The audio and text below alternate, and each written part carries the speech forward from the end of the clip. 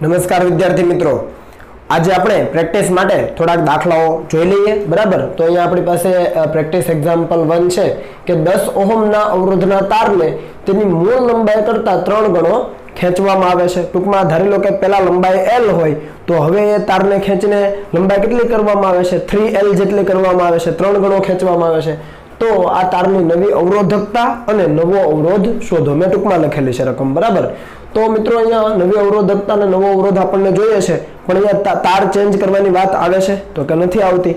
તો કોઈ પણ પદાર્થ હોય મિત્રો, એને તમે ખેંચો અથવા એનું સંકોચન કરો, એની અવરોધકતા ક્યારેય ન બદલાય, કારણ કે અવરોધકતા એ પદાર્થનો ગુણધર્મ છે. ધારી લો કે તાંબાનો તાર હોય તો તાંબાનો તાર એને ખેંચીએ અથવા એને સંકોચીએ તો તાંબાનો તાર તાંબાનો જ રહેવાનો, એટલે એની અવરોધકતા છે એ બદલાવાની નથી. આ વસ્તુ પેલા માઇન્ડમાં ફિટ કરી લો કે દ્રવ્ય નથી બદલાતું, એ પદાર્થ નથી બદલાતો, અથવા એ જે પદાર્થનો તાર છે એ પદાર્થ નથી બદલાતો, તો અવરોધકતા બદલવાનો કોઈ સવાલ જ નથી. બરાબર, એની અંદર કોઈ પણ ચેન્જીસ આવે પણ અવરોધકતા બદલાય નહીં. એટલે જેટલી પહેલા અવરોધકતા હોય એટલી પછી રહે. તો મેં અહીંયા લખી દીધું છે કે પદાર્થની અવરોધકતા છે ન બદલાય, કારણ કે પદાર્થનો ગુણધર્મ છે. ડાયરેક્ટ લખ્યું છે પદાર્થનો ગુણધર્મ, પણ શું પદાર્થનો ગુણધર્મ છે? અવરોધકતા. તાર બદલાય તો થાય, કોપરનો હોય ને પછી આપણે એલ્યુમિનિયમ નો લઈ લઈએ તો અવરોધકતા બદલાય, પણ અહીંયા તો તાર બદલવાની વાત જ નથી, તો અવરોધકતા બદલાય નહીં. સિમ્પલ. બીજું છે નવો અવરોધ શોધો. હવે મિત્રો આવું જ્યારે શોધવાનું હોય, નવો અવરોધ શોધવાનો, ત્યારે એક વસ્તુ બીજી પણ નોટ ડાઉન કરી લો કે બંને કિસ્સામાં કદ ન બદલાય.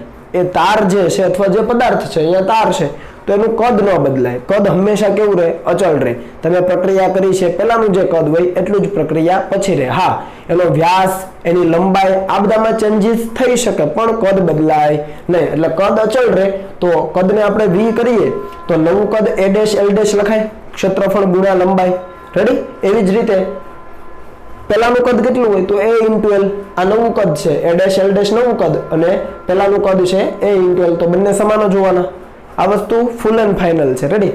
હવે આની અંદર શું ચેન્જ કરવાની વાત છે? તો લંબાઈ. તો નવી L' કેટલી કીધી આપણને? તો કે પહેલા કરતા 3 ગણી. એટલે અહીંયા a' લ્યો, a' લઈ જાવ તો L' આવે. આ L' એટલે 3L, LL કેન્સલ એટલે 1/3. ટૂંકમાં નવું જે ક્ષેત્રફળ છે તારનું, અહીંયા તમે લખી શકો, તારનું જે નવું ક્ષેત્રફળ છે a' એ પહેલાના ક્ષેત્રફળ કરતા ત્રીજા ભાગનું થઈ જાય. અને સ્વાભાવિક છે, ખ્યાલ આવે ને? કેમ કે તારની લંબાઈ, હવે આ તાર છે ધારો કે પેન જવડો છે, હવે તમે એને 3 ગણો ખેંચો તો આ જે વ્યાસ છે કેવો થઈ જાય? નાનો થઈ જાય. વ્યાસ નાનો થાય એટલે એરિયા નાનો થવાનો, કારણ કે એરિયાનું સૂત્ર શું આવે? જો તમારે લખવો તો લખી શકો πr², અથવા તમે શું લખી શકો? πd²/4, કેમ કે r = d/2, જ્યાં d છે વ્યાસ છે. તમે આ સૂત્રનો ઉપયોગ કરીને પણ જવાબ લાવી શકો, કોઈ ઇશ્યુ નથી. બરાબર છે કે ત્રિજ્યા કેટલી થઈ જાય, વ્યાસ કેટલો થઈ જાય, એનો પણ ઉપયોગ કરી શકો. પણ જ્યારે એની જરૂર પડશે ત્યારે આપણે લઈશું. અત્યારે સીધું કામ ચાલી જાય છે કે નવું ક્ષેત્રફળ એ પહેલા કરતા ત્રીજા ભાગનું થઈ જાય. રેડી? આ વસ્તુ તો સમજ પડે જ બધાને. કદ અચળ લઈને ચાલુ જવાનું. અહીંયા તમે એની કિંમત મૂકવી હોય તો મૂકી શકો, એમાં કોઈ ઇશ્યુ નથી. રેડી? કે અહીંયા એની કિંમત πd²/4 અને અહીંયા a' ની કિંમત πd'²/4. એમાંથી તમારે d' મેળવવું પડે, પણ એમાં આપણે પડવાની જરૂર નથી. આટલું ચલાવો. હવે આપણને કીધું છે નવો અવરોધ, તો નવો અવરોધ શોધવો છે તો નવો અવરોધ આપણે r' કહીએ અને જૂનો અવરોધ r કહીએ, તો સીધો બંનેનો ગુણોત્તર લઈ લઉં છું. નવો અવરોધ એટલે અવરોધનું સૂત્ર લખો, ρL/a. એમાં ρ કીધું ન બદલાય તો ρL'/a' નવા અવરોધ માટે, અને જૂના અવરોધ માટે એટલે કે પહેલાના અવરોધ માટે ρL/a. અહીંયા ρ કેન્સલ થાય કારણ કે તો સમાન જ છે બંને કિસ્સામાં. તો L'/L, અને આ અંશનો છેદ છેદમાં આવે અને છેદનો છેદ અંશમાં જાય. રેડી? તો આ પદ બની જાય. L' કેટલું? નવી લંબાઈ 3L, જૂની લંબાઈ તો L જ છે. એવી જ રીતે જૂનું ક્ષેત્રફળ a છે, નવું ક્ષેત્રફળ કેટલું? a/3 લખી દીધું છે. અહીંયાથી a કેન્સલ, L કેન્સલ, છેદનો છેદ અંશમાં જાય, 3 × 3 9 થાય. તો r' છેદમાં r = 9 અહીંયા લખી શકાય. r' છેદમાં r = 9. તો આપણને નવો અવરોધ જોઈએ છે તો 9r થઈ જાય. તો 9 × r પહેલાનો કેટલો હતો? r 10, તો 90 ઓહમ થઈ ગયો. દાખલો ઈઝી છે. માત્ર ક્યાંથી શરૂ કરવાની વાત છે? કોઈ પણ ચેન્જ કરો છો કદ અચળ રહે. બરાબર? અને પછી તમે આગળ વધી શકો. સમજ આવે છે? બરાબર? અહીંયા જુઓ, ચાલો બીજો દાખલો એવો જ કંઈક છે કે એક તારનો અવરોધ આપણને આપી દીધો છે 16 ઓહમ છે. હવે આ તારને ગરમ કરીને અડધી લંબાઈનો કરવામાં આવે એટલે પેલા લંબાઈ L હોય તો નવી લંબાઈ L/2, અડધી લંબાઈનો કરવામાં આવે એટલે નવી લંબાઈ L/2. રેડી? તો નવા તારનો અવરોધ ગણો અને તેના અવરોધમાં પ્રતિશત એટલે કે ટકાવારીમાં કેટલો ફેરફાર થાય એ ગણવાનું છે. બે વસ્તુ ગણવી છે. તો અવરોધ શોધવો છે તો એ તો ઈઝી વસ્તુ છે આપણા માટે, તો ગણી લઈએ. તો ફરીથી કદ અચળ રહે એટલે નવું કદ ઇઝ ઇક્વલ ટુ જૂનું કદ. હવે આવડે છે તો a ડેશ ના છેદમાં a લઈ લો તો l ના છેદમાં l ડેશ. l ડેશ એટલે નવી લંબાઈ કેટલી છે? અડધી. તો L/2, LL કેન્સલ, છેદનો છેદ અંશમાં એટલે 2 થઈ ગયું. તો નવું ક્ષેત્રફળ કેટલું થઈ ગયું? પહેલાના ક્ષેત્રફળ કરતા 2 ગણું. હવે જુઓ, ખ્યાલ આવે ને? આ બોલપેન છે એટલે અડધી બોલપેન કરવી છે આમ ધક્કો મારીને બંને બાજુથી પ્રેસ કરીને, તો આ ડાયામીટર કેવો થશે? વધશે. એનો મતલબ કે એરિયા વધ્યો ને. આડછેદનું ક્ષેત્રફળ છે તો આડછેદનું ક્ષેત્રફળ વધે એટલે એ તમે સમજી શકો. તો નવું ક્ષેત્રફળ મળી ગયું. હવે નવો અવરોધ ગણવો છે તો નવો અવરોધના છેદમાં જૂનો અવરોધ ρL/A સૂત્ર મૂકી દો. રો કેન્સલ થાય કેમ કે તાર એકનો એક જ છે. તો ફરીથી છેદનો છેદ અંશમાં, છેદનો છેદ અંશમાં અને અંશનો છેદ છેદમાં, એ રીતે આગળ વધો થઈ જાય. L ડેશ એટલે L/2 અને a ડેશ એટલે 2a છે જ અહીંયા. બધું કેન્સલ કરો તો શું થાય? a cancel, L cancel. તો આ અંશનો છેદ છેદમાં એટલે 2 હતા ને હજુ 2, 1/4. r ડેશ ના છેદમાં r ઇઝ ઇક્વલ ટુ 1/4 તો r ડેશ કેટલું? r/4. r ની કિંમત કેટલી છે ભાઈ? નવો પહેલાનો અવરોધ જે છે 16/4 એટલે નવો અવરોધ તમને મળી ગયો 4 ઓહમ. આ ઈઝી થઈ ગયું કામ. હવે શું કીધું છે? અવરોધમાં ટકાવારીનો ફેરફાર. હવે તમે 11 સાયન્સનું ચેપ્ટર નંબર 2 જો ભણાવો ટકાવારી ત્રુટિ, આ એ જ વસ્તુ છે. તો ટકાવારી ત્રુટિ માટે શું કરતા હતા? મૂળ કિંમત માઇનસ નવી કિંમત છેદમાં મૂળ કિંમત. ફરીથી મૂળ કિંમત માઇનસ નવી કિંમત છેદમાં મૂળ કિંમત. તો જુઓ, મૂળ કિંમત માઇનસ નવી કિંમત છેદમાં મૂળ કિંમત. r છે મૂળ કિંમત છે ને શરૂઆતની, અને r ડેશ નવી કિંમત છે પ્રક્રિયા કર્યા પછીની, લંબાઈ અડધી કર્યા પછીની, અને ગુણ્યા 100 કરો એટલે ટકાવારી મળી જાય. મૂકી દો કિંમત. r કેટલો છે? 16. r ડેશ કેટલો મેળવ્યો? 4. 16 - 4 છેદમાં r એટલે 16. એટલે 12 ના છેદમાં 16 કરશો એટલે 0.75 આવે અને એને ગુણ્યા 100 કરો એટલે 75%. તો આટલો ચેન્જ તારની લંબાઈમાં થઈ જાય, સોરી તારના અવરોધમાં થઈ જાય. અવરોધનો ચેન્જ છે. સમજ આવે ને? બરાબર. કદ અચળ રાખવાનું. તમે લંબાઈને 2 ગણી કરો, 3 ગણી કરો, ત્રીજા ભાગની કરો, અડધી કરો, જે પણ કરો. એવી જ રીતે તમને એવું પણ આપ્યું ત્રિજ્યામાં ફેરફાર કરવામાં આવે છે, એવી રીતે એવું પણ આપ્યું વ્યાસમાં ફેરફાર કરવામાં આવે છે. તો તમારે અહીંયા a ને a ડેશ છે ત્યાં તમારે આના પદમાં કિંમતો મૂકવી પડે. સમજ આવે કે ન આવે? તમને એમ કીધું હોય કે ત્રિજ્યા અડધી કરવામાં આવે છે તો r ડેશ કેટલો થાય? ત્રિજ્યા અડધી કરવાની. પહેલા જો ત્રિજ્યા r હોય તો નવી ત્રિજ્યા કેટલી થાય? અડધી કરી હોય તો r/2 થાય. એવી રીતે તમને એમ કે વ્યાસ છે એ ત્રીજા ભાગનો કરવામાં આવે તો પહેલા વ્યાસ d હોય તો હવે નવો વ્યાસ d ડેશ કેટલો થાય? d/3 થાય. એ રીતે તમારે બંને બાજુ કિંમતો મૂકવાની આ ઇક્વેશનનો ઉપયોગ કરીને. સિમ્પલ છે. સમજાય ને આ વસ્તુ? બરાબર. એવું જ્યારે પણ તમે જુઓ ત્યારે આ પ્રોસેસ કરવાની છે. રેડી? આવા ઘણા બધા દાખલાઓ તમને શીટમાં પણ મળશે અને જરા જોઈ લેજો અને આને કોપી કરી લો, પછી આપણે આગળ વધીએ.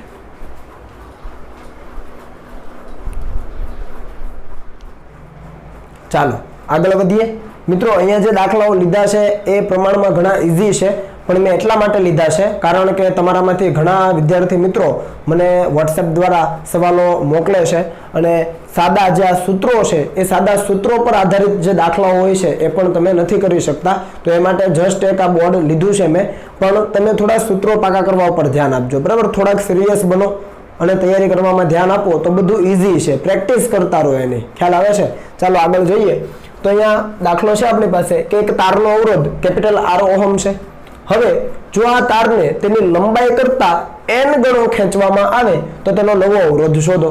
તારની લંબાઈ પહેલા L હોય અને હવે એને કેટલો ખેંચવાનો છે? તો એ L લંબાઈનો n ગણો એટલે કે n time L, n into L. નવી લંબાઈ કેટલી થાય?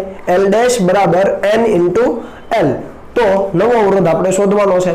ફરીથી લંબાઈમાં, ત્રિજ્યામાં, વ્યાસમાં કોઈ પણ ફેરફાર થાય, કદ કેવું રહી? અચળ રહી. તો મેં ડાયરેક્ટ હવે લખી દીધું છે પહેલા ખેંચા પછીનું કદ અને ખેંચા પહેલાનું કદ. આ પછીનું કદ, આ પહેલાનું કદ. a ડેશ ના છેદમાં a લો તો l ના છેદમાં l ડેશ. નવી લંબાઈ કેટલી? તો આપણને કીધું કે એને n ગણો ખેંચવામાં આવે. એની જે મૂળ લંબાઈ હતી એના કરતા n ગણો. તો નવી લંબાઈ l ડેશ બરાબર n ટાઈમ l થઈ જાય. l cancel. તો નવું ક્ષેત્રફળ a ડેશ કેટલું થઈ જાય? આ a અહીંયા જાય, એના છેદમાં n. સમજાય ને તમને? ક્ષેત્રફળ n માં ભાગનું થઈ જાય કેમ કે લંબાઈ વધી તો ક્ષેત્રફળ ઘટવાનું છે. સિમ્પલ. હવે આર ડેશ ના છેદમાં આર ડાયરેક્ટ ગુણોત્તર લઈ લઈએ તો રો એલ ડેશ ના છેદમાં એ ડેશ છેદમાં રો એલ બાય એ. હવે તાર તો એકનો એક જ છે તો આ જે રો છે કેવા થાય કેન્સલ થાય, અવરોધકતા કેવી થઈ જાય કેન્સલ. તો એલ ડેશ ના છેદમાં એલ અને આ એ ઉપર જાય એ ડેશ નીચે તો એના છેદમાં એ ડેશ. એલ ડેશ એટલે નવી લંબાઈ n ટાઈમ એલ, એ ડેશ એટલે નવું ક્ષેત્રફળ એના છેદમાં n. તો અહીંયાથી એલ એલ કેન્સલ અને અહીંયાથી એ કેન્સલ, આ છેદનો છેદ અંશમાં તો n ઇન્ટુ n સ્ક્વેર. તો આર ડેશ ના છેદમાં આર બરાબર n સ્ક્વેર. તો આર ને પકડો તો આ આર અહીંયા જતો રહે n સ્ક્વેર ઇન્ટુ આર. તો નવો અવરોધ n સ્ક્વેર ટાઈમ થઈ ગયો. જુઓ નવો અવરોધ એ જૂના કરતા n સ્ક્વેર ગણો વધી ગયો. સમજ પડી? તો આ ઈઝી દાખલાઓ છે, માત્ર થોડું ધ્યાન આપવાનું છે ભાઈ, બરાબર. આ દાખલાઓ તમે મને અત્યારે મોકલી રહ્યા છો તો થોડું વિચારો અને આગળ વધો. રેડી? ચાલો બીજો એવો એક દાખલો છે કે એક તારની લંબાઈ છે 10% જેટલી વધારવામાં આવે છે તો એ તારના અવરોધમાં ટકાવારીનો ફેરફાર શોધો. આનો આ સિમ્બોલનો મતલબ ખબર પડે ને, આરમાં ટકાવારી ફેરફાર આપણે શોધવાનો છે, બરાબર. તો આપણે કીધું તારની લંબાઈ 10% જેટલી વધારવામાં આવે. ધારી લો કે પેલા લંબાઈ L હોય તો નવી લંબાઈ આપણે L ડેશ કહી શકીએ. તો નવી લંબાઈ L ડેશ એટલે કેટલી? તો કે L હતી વત્તા L ના 10%. મેં અહીંયા પ્લસ કેમ કર્યું છે? કારણ કે કીધું છે લંબાઈ 10% જેટલી વધારવામાં આવે છે. સમજો અહીંયા લંબાઈ વધારવાની વાત છે એટલે મેં પ્લસ લીધું. તમને એવું કીધું હોત કે લંબાઈ 10% જેટલી ઘટાડવામાં આવે છે, ઘટાડવાનું કીધું હોય તો અહીંયા માઇનસ લેવો પડે. L માઇનસ L ના 10%. જો ઘટાડવાનું કીધું હોય તો માઇનસ, અહીંયા વધારવાનું કીધું છે એટલે L તો હતી જ અને હજુ કેટલી વધારવાની? તો એ લંબાઈના 10% જેટલી એટલે પ્લસ L ના 10%. તો L as it is plus as it is L ના 10% એટલે L અને 10% એટલે 10 ના છેદમાં 100. તો આ જવાબ કેટલો થઈ જાય? 0.1 ઇન્ટુ L. તો થઈ ગયું 0.1 ઇન્ટુ L. આ બંનેમાંથી L કોમન તો અહીંયા 1 પ્લસ 0.1 તો 1.1 વધે. તો નવી લંબાઈ કેટલી? તો પેલા કરતા 1.1 ગણી. આ બધાને સમજાય? સિમ્પલ. હવે ઈઝી છે. હવે લંબાઈનો વધારો કર્યો પણ કદ તો અચળ રહે, બરાબર. તો કદ અચળ એના ઉપરથી મેળવી લો તો તમને આ એ ડેશ મળી જશે એના છેદમાં 1.1. હવે તમને આવડે, બરાબર. અને આપણને કીધું છે કે પર્સન્ટેજ એરર શોધવાની છે. ટૂંકમાં આરમાં ટકાવારી ફેરફાર એટલે પર્સન્ટેજ એરર જ થઈ. તો નવો અવરોધ પેલા શોધવો પડે. તો નવો અવરોધ આપણે શોધવો હોય તો આર ના છેદમાં આર ડેશ લઈ લઈએ. આ નવો અવરોધ, આ જૂનો અવરોધ રો એલ ડેશ ના છેદમાં એ ડેશ અને રો એલ ના છેદમાં એ. ફરીથી તાર એકનો એક જ છે, રો કેન્સલ. ફરીથી સાદુરૂપ આપો. એલ ડેશ એટલે કેટલું? તો 1.1 ઇન્ટુ એલ. એલ તો as it is. A dash કેટલું? એ ના છેદમાં 1.1 મૂકી દો. એલ એલ કેન્સલ, એ કેન્સલ. 1.1 ઉપર જાય તો એનો વર્ગ થઈ જાય. તો આર ડેશ ના છેદમાં આર એટલે 1.21 તમને મળી જાય. સિમ્પલ. તો હવે આપણે ટકાવારી ફેરફાર લેવાનો છે તો ટકાવારી ફેરફાર આપણે લઈએ તો આર ડેશ ના છેદમાં આર લખાય, sorry R dash minus R છેદમાં આર લખાય ગુણ્યા 100, કારણ કે ટકાવારી ફેરફાર છે. તો કિંમતો મૂકી દો. આર ડેશ ની કિંમત કેટલી? તો 1.21 ઇન્ટુ આર થાય. આર ને અહીંયા લાવો તો 1.21 into R. R as it is રહેવા દો, નીચે પણ આર એઝ ઇટ ઇઝ, ઉપર આર કોમન નીકળે તો ઉપર વધે 1.21 માઇનસ 1 છેદમાં 1. 1.21 માઇનસ 1 છેદમાં 1 તો વધે કેટલું? 0.21. એટલું વધે ગુણ્યા 100 તો 21% મળી જાય. અહીંયા તમે એમ કહેશો કે સર અહીંયા તમે મૂળ કિંમત માઇનસ નવી કિંમત છેદમાં મૂળ કિંમત કહેતા એવું કેમ ન લીધું? ભાઈ આપણે જ્યારે ત્રુટી ગણીએ છીએ ત્યારે બધી ત્રુટી આપણે એડ કરીએ છીએ. યાદ કરો, કોઈ પણ ત્રુટી આપણે નેગેટિવ લઈએ છીએ નહીં. ગમે એ હોય આપણે ત્રુટીને પોઝિટિવ જ કાઉન્ટ કરીએ છીએ. એટલે જવાબ પોઝિટિવ આવે એટલા માટે મેં બાદબાકી ઉલટી લીધેલી છે. સમજ પડી ને? બીજું કોઈ ફરક નથી. ધ્યાન આપજો એની અંદર. હવે આ જુઓ, આપણે જે ડ્રિફ્ટ વેગ ભણી ગયા છીએ, મોબિલિટી ભણી ગયા છીએ, બરાબર છે. એ પ્રવાહ અને મોબિલિટી વચ્ચેનો સંબંધ ભણી ગયા છે, એના પર આધારિત દાખલો છે. ઈઝી છે છતાં પણ મેં લીધો છે. ધ્યાન આપજો કે કોપરના તારમાં ઇલેક્ટ્રોનની સંખ્યા ઘનતા એટલે કે એકમ કદ દીઠ કેટલા ઇલેક્ટ્રોન છે આપેલું છે, જેને આપણે સ્મોલ n કહી શકીએ. 8.5 ગુણ્યા 10⁻28 પ્રતિ મીટર ક્યુબ. સમજ આવી ગઈ? આ વસ્તુ સંખ્યા ઘનતા આપી છે ઇલેક્ટ્રોનની. તો 0.2 મીટર લંબાઈ, 1 મિલીમીટર સ્ક્વેર આડછેદનું ક્ષેત્રફળ ધરાવતા કોપરના તારને 3 વોલ્ટની બેટરી સાથે જોડતા તેમાં વહેતો પ્રવાહ શોધો. ઇલેક્ટ્રોનની ગતિશીલતા એટલે મોબિલિટી, જેને આપણે મ્યુ કહીએ છીએ, એ આપેલું છે અને આપણને ઇલેક્ટ્રોન પરનો વીજભાર પણ આપેલો છે. તો આપણે શોધવાનું શું છે? તો આપણે શોધવાનો પ્રવાહ છે. તો આપણને કેટલો ડેટા આપ્યો છે એ પહેલા જરા જોઈ લઈએ. સિમ્બોલ જોઈએ તો કંઈક માઇન્ડમાં આઈડિયા આવે. રકમ જોઈને ડાયરેક્ટ ખબર ના પડવા માંડે, બરાબર. થોડોક ડેટા તારવો તો જુઓ, n આપેલો છે, ઇલેક્ટ્રોનની સંખ્યા ઘનતા છે. તો તમે અહીંયા Ne લખો તો પણ ઇશ્યુ નથી, પણ અહીંયા કોપરનો જ તાર છે, સુવાહક છે એટલે ઇલેક્ટ્રોનો જોવાના, હોલ તો હોવાના નથી અહીંયા, અને n જ રહેવા દઈએ. હવે લંબાઈ આપી છે 0.2 અને અહીંયા એકમ લખવાનો રહી ગયો છે મીટર. એકમ લખવા હો ભાઈ, પરીક્ષામાં તમે એકમો નથી લખતા ભાઈ, ધ્યાન આપો થોડુંક, બરાબર. પરીક્ષામાં એકમો લખો, હવે પછી માર્ક્સ જશે. રેડી? બોર્ડ વાળા છે મારા કે તમારા ઘરના નથી ભાઈ. રેડી? એટલે એકમ લખવાના બધામાં ગમે ત્યાં આવે ને તમારે ગમે એટલી ઉતાવળ હોય એકમ લખવાના. રેડી? ચાલો.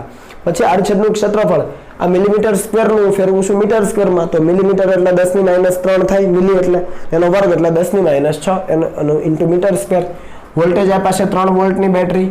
મ્યુ ઈ ઇલેક્ટ્રોનની ગતિશીલતા આપી છે અને ઇલેક્ટ્રોન પરનો વીજભાર. તો આપણને પ્રવાહ જોઈએ છે, આમાં જુઓ તો એન છે, મ્યુ છે, ઈ છે, તો આપણને પ્રવાહ જોઈએ છે, આ આપણને જોઈએ છે. તો પ્રવાહ અને મોબિલિટી વચ્ચેનો સંબંધ કઈ છે?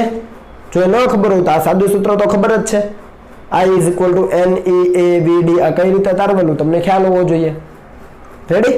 આ સૂત્ર એકવાર મળી ગયું. હવે આમાં n આપણી પાસે છે, E નું મૂલ્ય આપણી પાસે છે, એનું મૂલ્ય આપણી પાસે છે, VD છે નથી. VD ની મોબિલિટી સાથેનો કઈ સંબંધ? તો આ સૂત્ર જુઓ, μ = VD/E. એકમ વિદ્યુત ક્ષેત્ર દીઠ ડ્રિફ્ટ વેગનું મૂલ્ય બોલું છું, બરાબર. તો VD ને પકડો, μ × E. હવે મ્યુ છે, યસ આપેલો છે, મ્યુ ક્યાં છે? અહીંયા રહ્યો, તો મ્યુ છે. હવે E નું મૂલ્ય છે નથી. E નું મૂલ્ય લેવા તમને વોલ્ટેજ આપ્યો છે, લંબાઈ આપી છે, તો આ સૂત્ર છે V = E × D. D એટલે L, તો એના ઉપરથી E ને પકડો તો V/L, તો E ની જગ્યાએ V/L કિંમતો જ મૂકી છે, બધી જ કિંમતો મૂકી દો. n છે, E છે, એની કિંમત પણ છે તમારી પાસે, મ્યુ પણ છે, V પણ છે, L પણ છે, બધું છે. આની અંદર બધું મૂકો, પ્રવાહનું મૂલ્ય તમને મળી જાય 0.918 એમ્પિયર. સિમ્પલ. પણ આ સૂત્ર તમને આવડવા જોઈએ. શરત આ છે. રેડી? ચાલો, એક દાખલો હોમવર્કમાં ઈઝી છે, 2 સ્ટેપનો દાખલો. કેટલા? 2. એક સેમિકન્ડક્ટર માટે આ Ne એટલે ઇલેક્ટ્રોનની સંખ્યા ઘનતા તમને આપી દીધી છે. NH એટલે હોલની સંખ્યા ઘનતા, જેને આપણે P તરીકે પણ દર્શાવતા હતા, થિયરી યાદ કરજો, બરાબર. તો ઇલેક્ટ્રોનની સંખ્યા ઘનતા અને હોલની સંખ્યા ઘનતા આપી છે, કારણ કે ભાઈ સેમિકન્ડક્ટર છે તો બંને હોય. તો બંને આપ્યું છે, તમને કીધું છે એ સેમિકન્ડક્ટર માટે સિગ્મા એટલે કે વાહકતા શોધો. મેં અહીંયા સિમ્બોલિકલી દર્શાવ્યું છે, સમજ ન પડે તો લખી દેવું કે વાહકતા શોધવાની છે. એના માટે તમને ડેટા આપ્યો છે, ઇલેક્ટ્રોનની મોબિલિટી, હોલની મોબિલિટી, ઇલેક્ટ્રોન પરના વીજભારનું મૂલ્ય, આ દરેક વસ્તુ આપી છે. સૂત્ર કયું લખશો એ તમારે શોધવાનું છે, બરાબર. એ કિંમતો મૂકજો એટલે તમને સિગ્માનો જવાબ મળી જશે 3.84 સાયમન × મીટર ઇન્વર્સ. આ S શું છે? સાયમન × મીટર ઇન્વર્સ, અથવા શું કહેવાય? Ohm inverse × metre inverse. Ohm inverse એટલે મો એટલે સાયમન. ખ્યાલ છે ને આ વસ્તુ? તો આ જવાબ મળી જશે. કયું સૂત્ર મૂકો ને તમારે શોધવાનું છે. રેડી? ચાલો હવે લખી લો.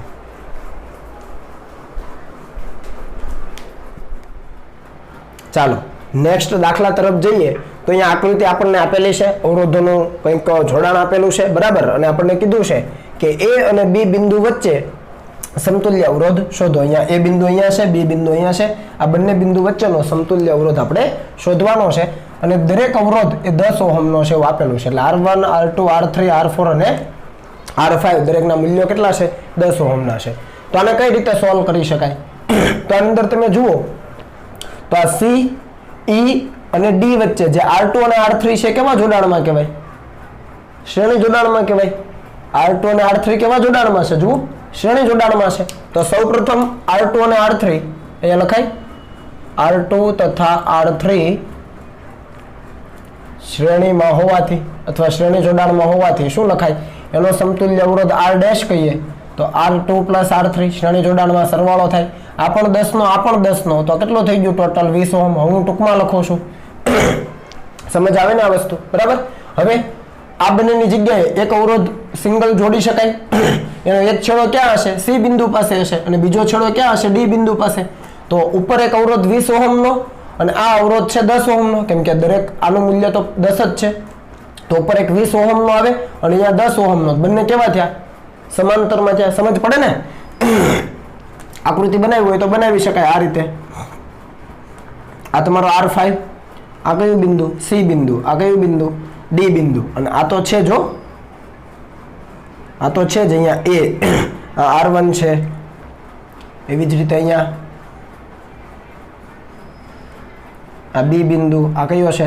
R4 છે. આ તો છે જ, જુઓ આ નીચેનો તો અહીંયા છે જ, પણ આ C અને D વચ્ચે આ જે R2 અને R3 નો જે R' લીધો 20 ઓહમ, એક આ રીતે બને.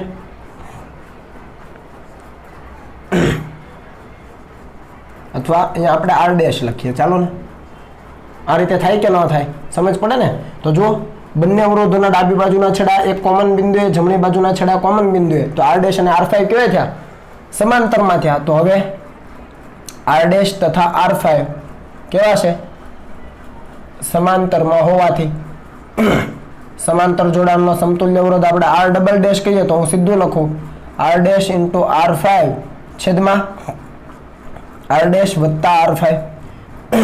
તો આર ડેશ ઇન્ટુ R5 એટલે તો આર ડેશ 20, R5 10 રકમ પ્રમાણે, અને આ થાય 20 વત્તા 10. સીધો જ સરવાળો છે ને, ડાયરેક્ટ લખી દઈએ ને આપણે 20 વત્તા 10. તો શું થાય? 200/30. તો R double dash is equal to 200/30. એક 0 જાય તો 20/3 ઓહમ મળ્યું. તો આ બંનેની જગ્યાએ આ સી અને ડી બિંદુ વચ્ચે એક અવરોધ જોડી શકાય. અને તો એક સિંગલ અવરોધ જોડો કેટલા ઓહમનો? 20/3 ઓહમ. તો એ અવરોધ, આ અવરોધ અને R4 કેવા થયા? શ્રેણીમાં થયા. હવે તમને સર્કિટ આવડવી જોઈએ. આ સર્કિટ તમે જાતે બનાવશો, બરાબર. અહીંયા સી અને ડી વચ્ચે આર ડબલ ડેશ ખાલી જોડવાનો. તો R1 આર ડબલ ડેશ અને R4 કેવા જોડાણમાં થયા? એ અને બી વચ્ચે શ્રેણીમાં. તો ડાયરેક્ટ લખાય કે R1 આર ડબલ ડેશ તથા R4 કેવા જોડાણમાં છે? શ્રેણીમાં હોવાથી AB વચ્ચેનો સમતુલ્ય અવરોધ R ઇક્વિવેલન્ટ લખો, RAB લખો, નો ઇશ્યુ, બરાબર છે. શું આવશે? R1 વત્તા આર ડબલ ડેશ વત્તા R4. તો સરવાળો કરો તો શું આવે? R1 10 નો છે, આર ડબલ ડેશ કેટલાનો છે ભાઈ? 20/3 નો છે. R4 કેટલાનો છે? રકમ પ્રમાણે 10 નો છે. તો આ 20/3 એટલે 6.67 અને આ 20 બીજા 26.67 ઓહમ. આ મળી ગયો આપણો અંતિમ જવાબ. સિમ્પલ. માત્ર એનાલિસિસ કરવાનું છે. પહેલા બંનેનું શ્રેણી જોડાણનો સમતુલ્ય, એ શ્રેણી જોડાણ આની સાથે કેવું છે? સમાંતરમાં છે. તો અહીંયા દર્શાવ્યું. આ સમાંતરનો મેળવી લો, સમતુલ્ય મળી ગયો. અને એ જે સમતુલ્ય અવરોધ મેળવ્યો સમાંતર જોડાણનો, એ બાકીના બે સાથે કેવો છે? શ્રેણીમાં છે. તો જવાબ મળી જાય. બરાબર, આવડવું જોઈએ. થોડુંક ભેજું ચલાવવાનું. રેડી? ચાલો, આ દાખલો ઈઝી છે, જરા ધ્યાન આપજો. કે R ઓહમ અવરોધ ધરાવતા n અવરોધોને શ્રેણીમાં જોડતા સમતુલ્ય અવરોધ x ઓહમ છે. ટૂંકમાં આપણી પાસે n અવરોધો છે અને દરેક અવરોધનું મૂલ્ય કેટલું છે? R ઓહમનું. સમજ પડે છે? દરેક જે આપણી પાસે અવરોધ છે એના અવરોધનું મૂલ્ય R ઓહમ છે. એટલે એવા n અવરોધ છે. તો એને જ્યારે શ્રેણીમાં જોડીએ ને ત્યારે સમતુલ્ય અવરોધ x ઓહમ છે. અને આ જ અવરોધોને જો સમાંતરમાં જોડીએ તો સમતુલ્ય અવરોધ y ઓહમ છે. તો આપણને કીધું છે x × y અને x/y શોધો. તો અહીંયા જુઓ, n અવરોધો છે, દરેક અવરોધનું મૂલ્ય કેટલું? R જેટલું. તો આ n અવરોધોને જો શ્રેણીમાં જોડીએ તો શું થાય? તો આપણે લઈએ કે n અવરોધોને ડાયરેક્ટ પણ લખી શકાય, પણ સમજ માટે લખું છું. પછી જ્યારે પણ આવશે ત્યારે ડાયરેક્ટ લખીશું, બરાબર. n અવરોધોને શ્રેણીમાં જોડીએ તો સમતુલ્ય અવરોધ આપણે R ઇક્વિવેલન્ટ લખીએ, પણ અહીંયા આપ્યો છે સમતુલ્ય અવરોધ x છે. તો x ohm is equal two, શ્રેણીમાં હોય તો સીધો સરવાળો. તો શું આવે? R1 વત્તા R2 વત્તા R3. ખ્યાલ આવે છે કે નથી આવતો? પણ બધાનું મૂલ્ય R જ છે. R1 પણ R, R2 પણ R, R3 પણ R. તો n વખત આવું થાય. ખ્યાલ આવે ને? તો આનો જવાબ કેટલો થઈ જાય? NR થઈ જાય કે ન થઈ જાય? કેમ કે n વખત આવે છે અવરોધ, તો NR. તો આ x તમને મળી ગયો NR ઓહમ. તમે લખો લખી શકો ઓહમ. હવે એ જ અવરોધોને સમાંતરમાં જોડો. તો n અવરોધોને સમાંતરમાં જોડતા શું થાય? તો સમાંતરમાં જોડો તો સમતુલ્ય અવરોધ કેવો છે? y છે. આપણે 1/RP લખતા હતા, એના જગ્યાએ હવે 1/y લખવું પડે.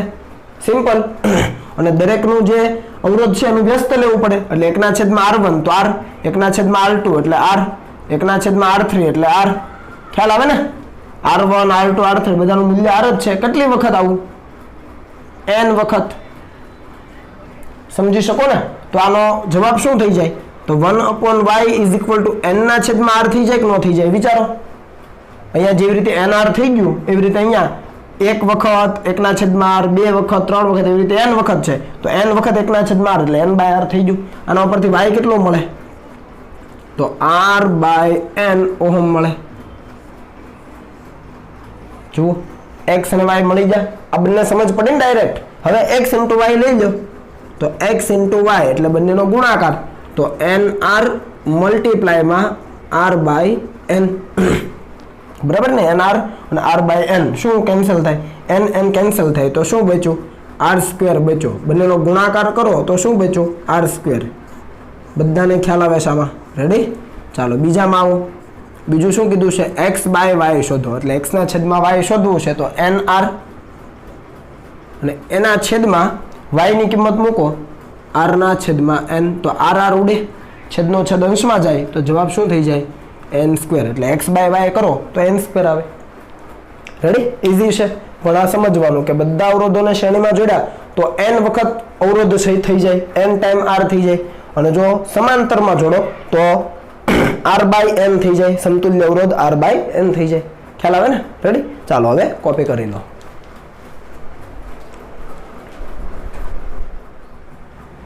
જુઓ આગળની રકમ છે કે 3 અવરોધોનું સમાંતર જોડાણ એ 30 વોલ્ટની બેટરીમાંથી 7.5 એમ્પિયરનો પ્રવાહ ખેંચે છે. જો બે અવરોધો 10 ઓહમ અને 12 ઓહમ હોય તો ત્રીજાનું મૂલ્ય શોધો. એટલે અહીંયા આપણને R1 અને R2 આપી દીધા છે. આને આપણે કહી દઈએ R1.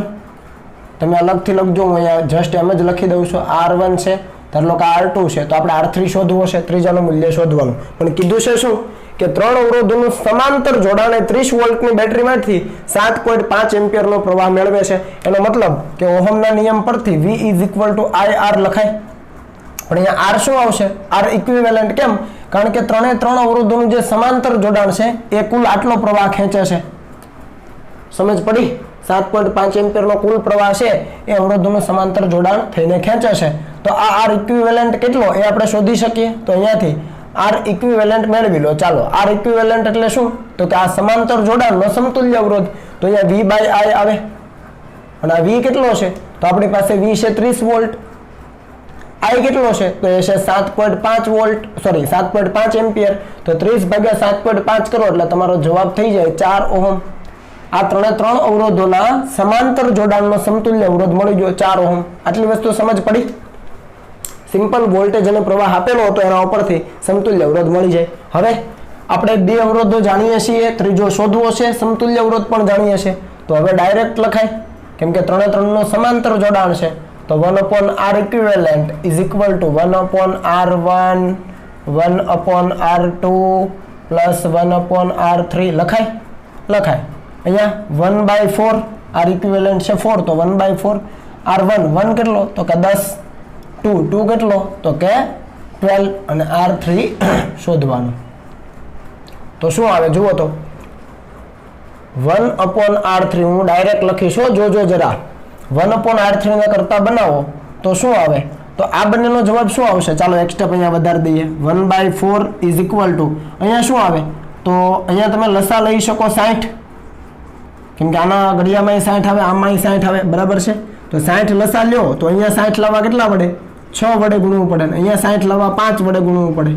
ખ્યાલ આવે છે? Plus 1/R3. સમજ પડી કે ના પડી? 1/R3 રહેવા દો, 1/4 રહેવા દો. આ બંનેનો લસા લો. લસા 60 આવે માનો કે, તો અહીંયા 60 લાવવા ઉપર નીચે 6 વડે ગુણો, અને અહીંયા 60 લાવવા 5 વડે ગુણો. 12 × 5 = 60, અહીંયા 5.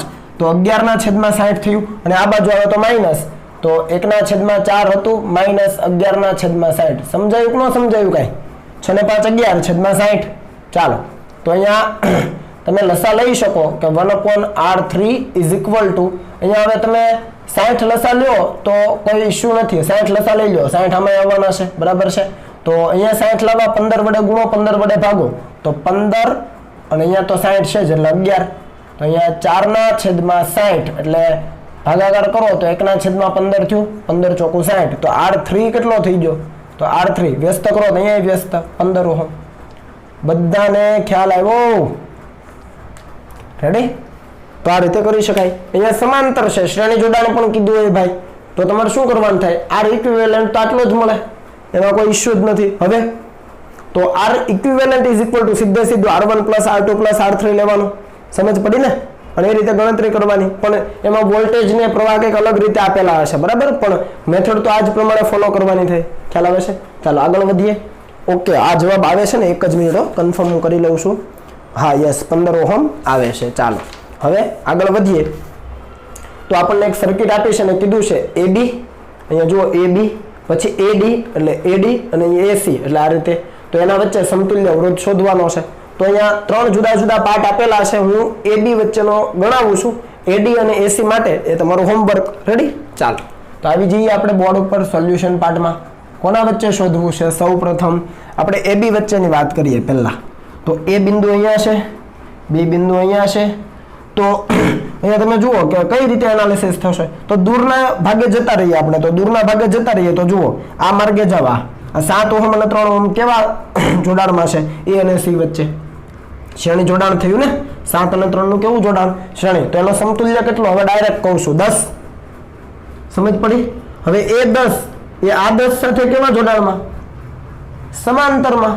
તો આપણે પહેલા લખીએ કે 3 અને 7 માટે, એટલે કે 3 ઓહમ તથા 7 ઓહમ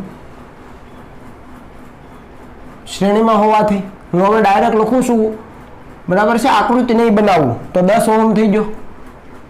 તમને ખબર પડવી જોઈએ, શ્રેણીમાં છે, સીધો સરવાળો. હવે R ડેશ તથા એ R ડેશ ખરેખર ક્યાં દર્શાવાય? A અને C વચ્ચે અહીંયાથી દર્શાવાય. ખ્યાલ આવે? એક છેડો C ઉપર, એક છેડો A ઉપર અને વચ્ચે 10 ઓહમ. એ 10 ઓહમ અહીંયા જે લગાવવાના આ બંનેની સમતુલ્યની જગ્યાએ A, અને આ 10 ઓહમ કેવા થયા? સમાંતરમાં થયા. ખ્યાલ આવે ને? AC વચ્ચેનો આ જે 10 ઓહમ છે કેવો થયો? સમાંતરમાં. ખાસ જોજો. તો તથા AC વચ્ચેનો, કેમ કે અહીંયા 10 ઓહમ છે, ભૂલાઈ ન જાય, બરાબર? તો AC વચ્ચેનો 10 ઓહમ એટલે આ જે સમતુલ્ય અવરોધ મળ્યો 10 ઓહમ એ, અને AC વચ્ચેનો જે 10 ઓહમ છે એ સમાંતરમાં હોવાથી એનો સમતુલ્ય અવરોધ આપણે R ડબલ ડેશ કહીએ તો શું આવે? R ડેશ ગુણ્યા 10 છેદમાં R ડેશ વત્તા 10 થાય. તો R ડેશ પણ 10 જ છે, મેળવો છું ઉપર. 10 ગુણ્યા 10 છેદમાં 10 વત્તા 10 તો કેટલું થયું? 100 ભાગ્યા 20 કરો, બરાબર ને? તો આ તમને કેટલો મળી ગયો? 5 ઓહમ મળી ગયો. આ 5 ઓહમ કોની વચ્ચે જોડાશે?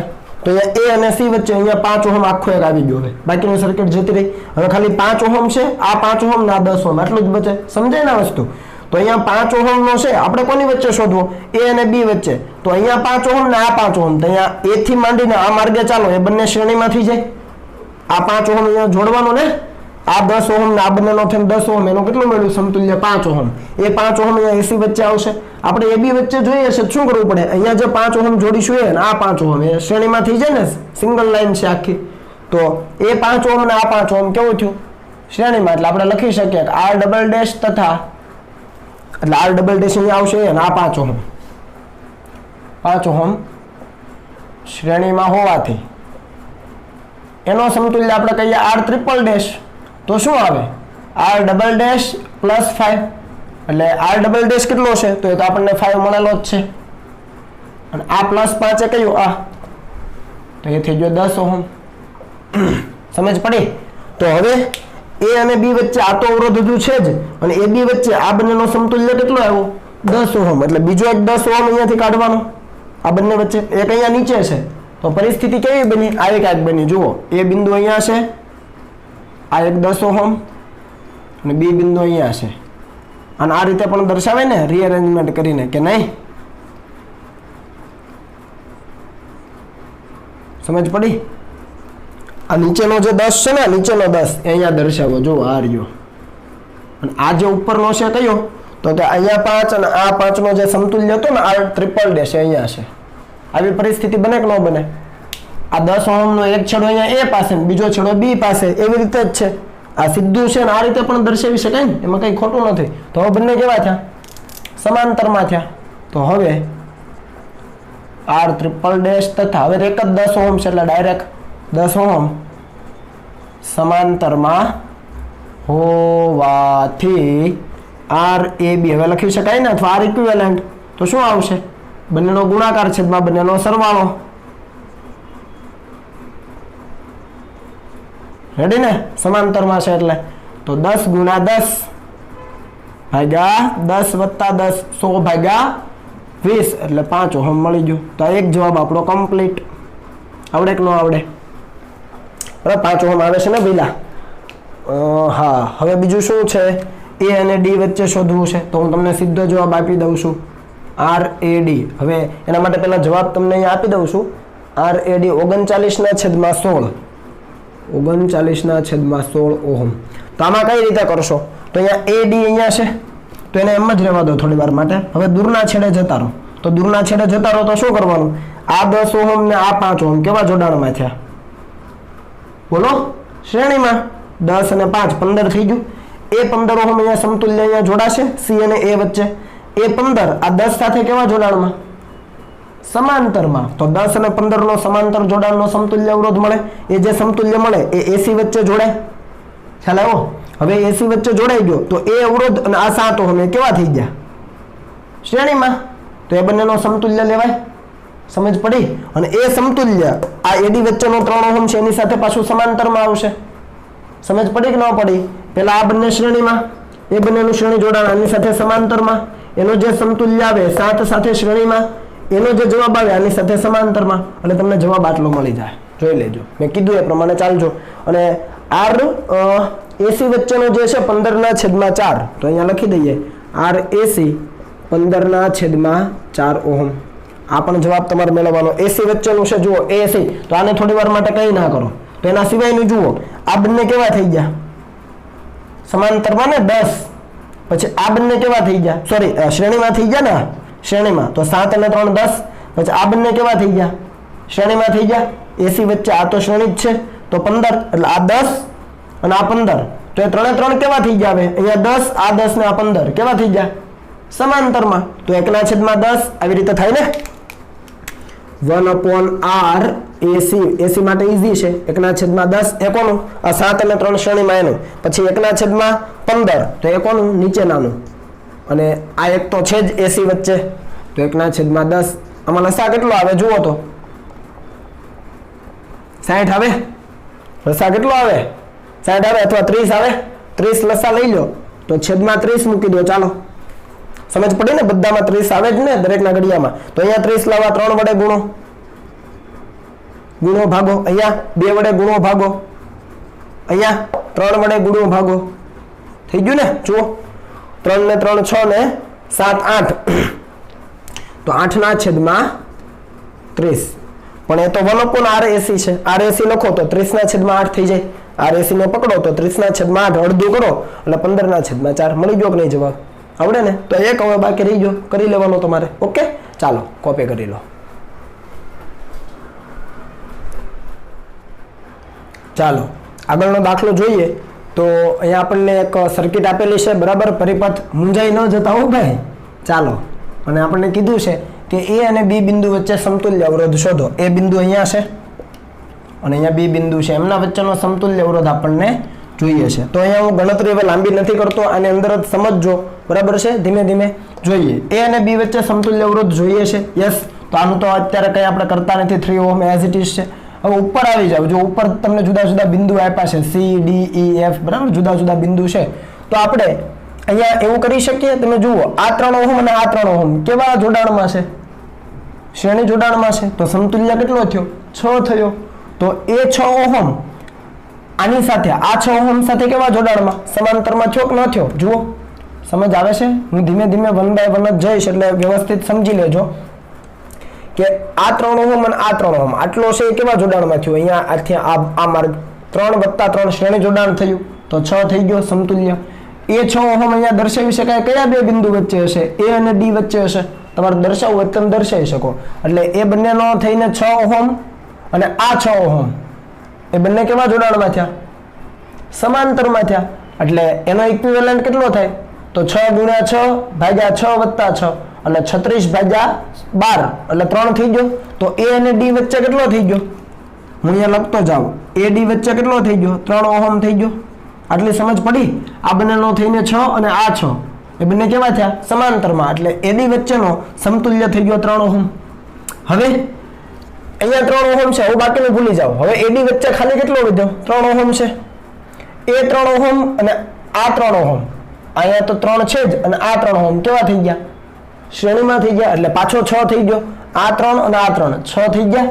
એ 6 ઓહમ કોની વચ્ચે? તો A થી E વચ્ચે થયો ને, કેમ કે અહીંયાથી આ 3 ને આ 3 આ બંને થઈને 6 તો a થી e વચ્ચે અહીંયા એક 3 ઓહમ આવ્યો અને આ 6 ઓહમ સોરી અહીંયા 3 ઓહમ અને આ 3 ઓહમ 6 ઓહમ આવ્યો a થી e વચ્ચે 6 ઓહમ આવ્યો અને આ 6 ઓહમ કેવા થયા સમાંતરમાં થયા પાછું 6 અને 6 નું સમાંતર કેટલું થાય તો r a e વચ્ચે પાછો કેટલો થઈ ગયો 3 ઓહમ થઈ ગયો સમજ પડી ને અહીંયા 6 અને આ 6 સમાંતરમાં એટલે એનો 3 થઈ ગયો એ 3 ને આ 3 6 એટલે એ તો શ્રેણી હતા એટલે 6 અને એ 6 ને આ 6 સમાંતરમાં એટલે પાછો 3 થઈ ગયો બરાબર એટલે એ e વચ્ચે 3 થઈ ગયો બાકીનું આ બધું આવી ગયું બધાનો 3 એ e વચ્ચે કેટલો થઈ ગયો 3 નો થઈ ગયો હવે એ 3 અને આ 3 કેવા થઈ ગયા આ 3 અને આ 3 શ્રેણીમાં તો એ 3 ને આ 3 6 તો એ 6 કોની વચ્ચે a અને f ની વચ્ચે 6 અને બીજો 6 તો અહીંયા છે તો એ બંને 6 કેવા થઈ ગયા સમાંતરમાં તો તમે લખી શકો કે r a f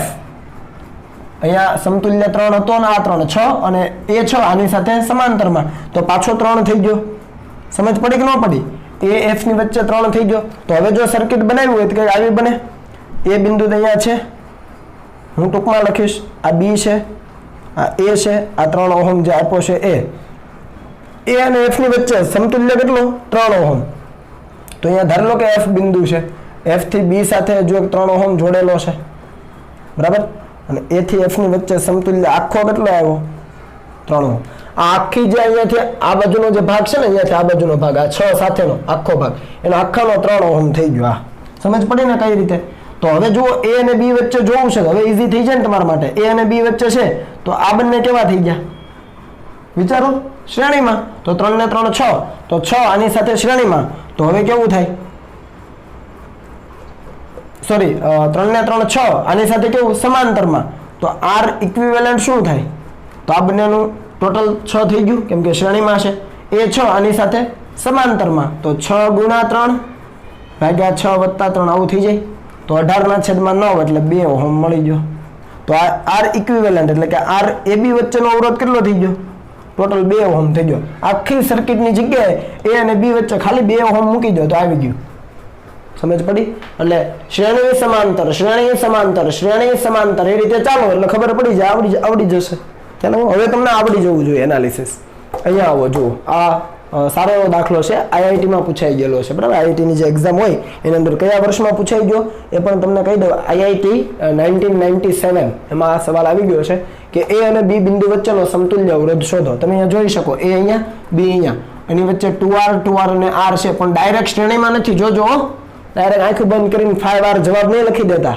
સમજ પડી ને 5r જવાબ નહીં આવે કેમ કે અહીંયા તમને b બિંદુ પાસેથી એક છેડો કાઢ્યો છે વાયર અને અહીંયા જોડેલો છે વચ્ચે અને અહીંયા a બિંદુ પાસેથી છેડો કાઢીને અહીંયા d બિંદુ પાસે જોડ્યો છે તો આનો મતલબ શું થયો તો મિત્રો સિમ્પલ ભાષામાં સમજો કે અહીંયા સિમ્પલી એક તાર છે આ સિમ્પલી એક તાર છે તો અહીંયા a અને b વચ્ચે આપણે અવરોધ જોઈએ છે તો ધારો કે અહીંયા બેટરી જોડવાની થાય આપણે જ્યાં અવરોધ શોધવાનો હોય જે બે બિંદુ વચ્ચે એ બે બિંદુ વચ્ચે શું જોડવાનું હોય બેટરી બરાબર તો એ બિંદુ પાસે જેટલું સ્થિતિમાન હશે જેટલો વોલ્ટેજ હશે એટલો જ ડી બિંદુ પાસે હશે હા કે ના સમજ આવે કે નહીં કેમ કે બેટરી એ બિંદુ અને બી બિંદુ વચ્ચે જોડી છે તો જેટલો વોલ્ટેજ એ બિંદુએ હશે એટલો જ ડી બિંદુએ કેમ કારણ કે એ સાથે વાયર જોડીને અહીંયા ડી બિંદુને આપેલો છે તો જેટલો અહીંયા સ્થિતિમાન એટલો અહીંયા સ્થિતિમાન તો બંનેને એક જગ્યાએ દર્શાવી શકાય હવે આપણે આગળ લઈશું બરાબર દાખલાઓ આવશે અને એવું જ અહીંયા જેટલું બી પાસેનું સ્થિતિમાન અહીંયા વાયરથી જ જોડેલો છે આ સી બિંદુ તો જેટલું બી પાસે એટલું સી પાસેનું સ્થિતિમાન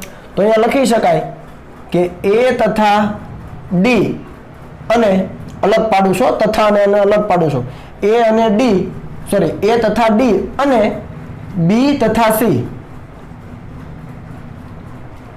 પાસે સ્થિતિમાન કેવા હોય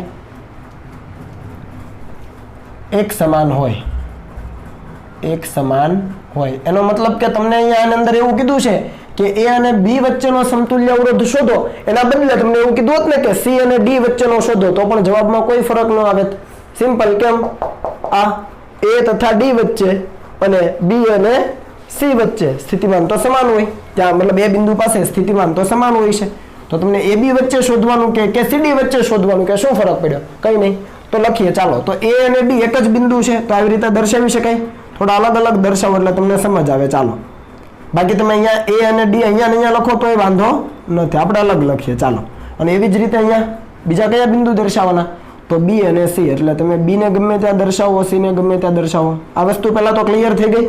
જેટલું એ પાસે એટલું ડી પાસે, જેટલું બી પાસે એટલું સી પાસે.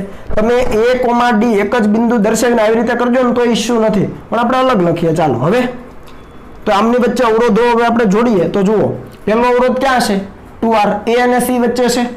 કોની વચ્ચે છે? એ અને સી વચ્ચે. તો એ બિંદુ અહીંયા, સી બિંદુ અહીંયા. તો અહીંયાથી દોરું કે અહીંયાથી દોરું, ફરક તો કંઈ નથી. તો એ અને સી વચ્ચે આપણે એક અવરોધ જોડી દઈએ. ચાલો